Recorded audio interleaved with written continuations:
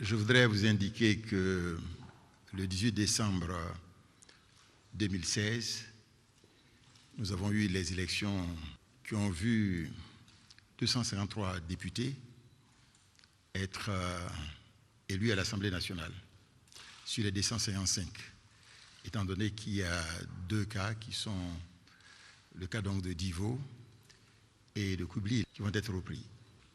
Au nombre de ces 253 députés, nous avons 17 membres du gouvernement qui ont donc été élus sur les 20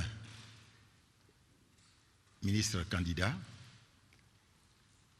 Et vous savez que la séance inaugurale aura lieu cet après-midi à 14h30. Et selon une pratique politique de longue date, à la séance inaugurale, tous les députés élus doivent participer à cette session inaugurale, y compris bien sûr les membres du gouvernement. Mais vous savez aussi qu'il y a une incompatibilité d'être membre du gouvernement et être présent à l'Assemblée nationale. Par ailleurs, le 31 décembre 2016, le président de la République a fait une importante déclaration, un important message à la nation, dans lequel il a fait le bilan de l'action gouvernementale sous sa haute égide, d'une part, et il a indiqué sa ferme volonté de mettre en place les nouvelles institutions de la République, la Troisième République.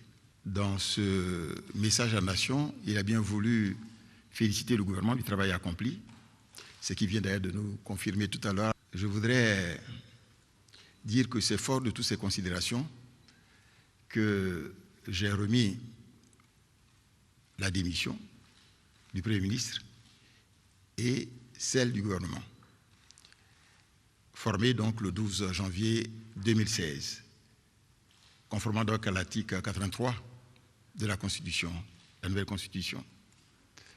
Je voudrais profiter de cette occasion pour exprimer ma profonde et infinie gratitude au président de la République, son Excellence M. Alassane Ouattara, de cette confiance qu'il a bien voulu nous accorder depuis notre nomination le 21 novembre 2012.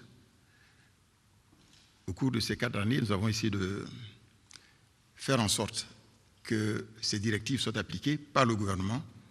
Je voudrais associer à ces remerciements son aîné, le président Aimé Henri Konabédié. En terminant, je voulais dire que beaucoup de choses ont été faites, bien sûr, au niveau de ce gouvernement, mais aussi beaucoup de choses restent à faire. Parce que l'objectif final, vous le savez, c'est de faire en sorte que nous puissions réaliser la grande ambition du président de la République pour la Côte d'Ivoire, qui est de faire la Côte d'Ivoire un pays émergent donc en 2020. Faire donc la Côte d'Ivoire un pays émergent en 2020, c'est quelque chose donc d'essentiel.